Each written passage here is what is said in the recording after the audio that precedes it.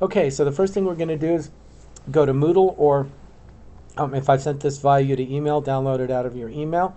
And we're going to download the atrazine streams file. It's 48 megabytes, so it's slightly large-ish. And then I'm going to go to Show in Folder, right-click, and extract all.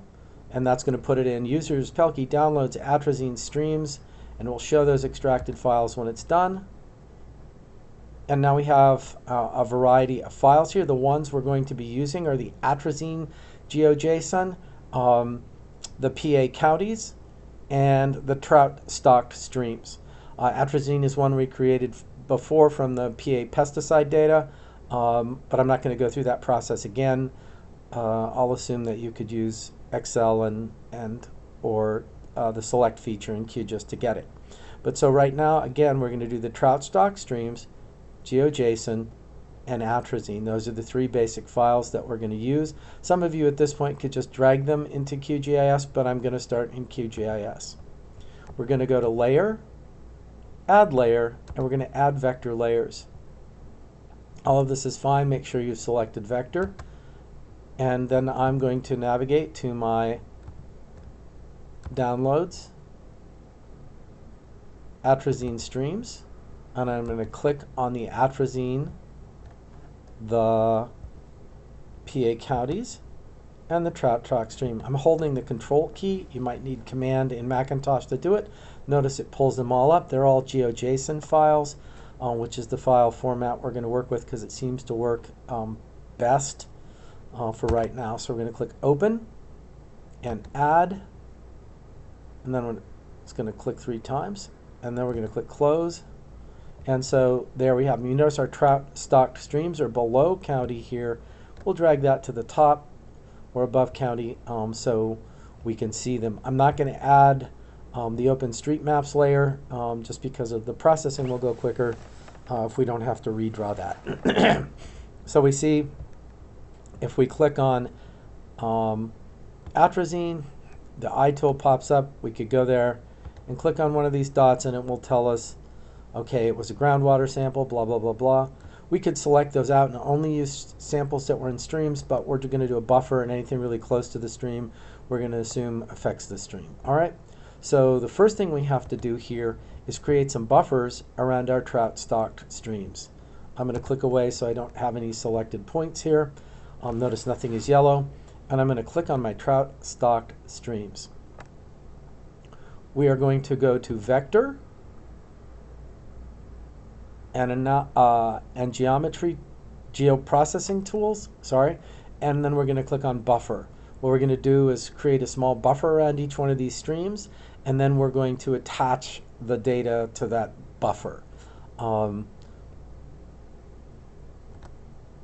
right, and it brings up our buffer dialog, and it gives us a warning here, and that warning says distance is in geographic degrees.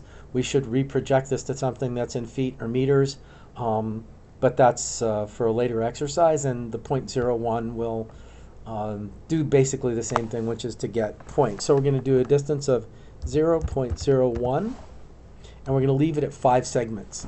If we made that 1, then it would create sort of really boxy things, but we're going to leave it at 5 for right now.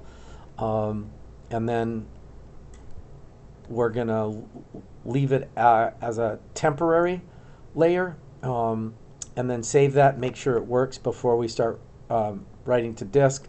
If you get an error that you can't write it, you might have to actually give it a name by clicking there. But right now we're going to click Run.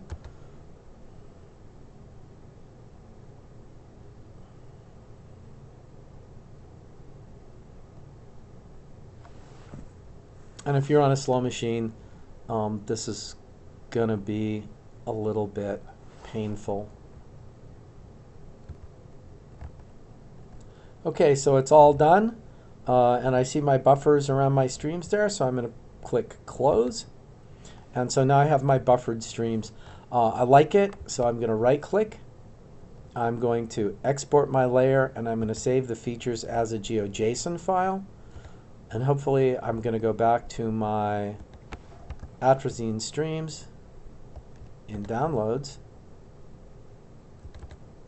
and I'm going to call it stream trout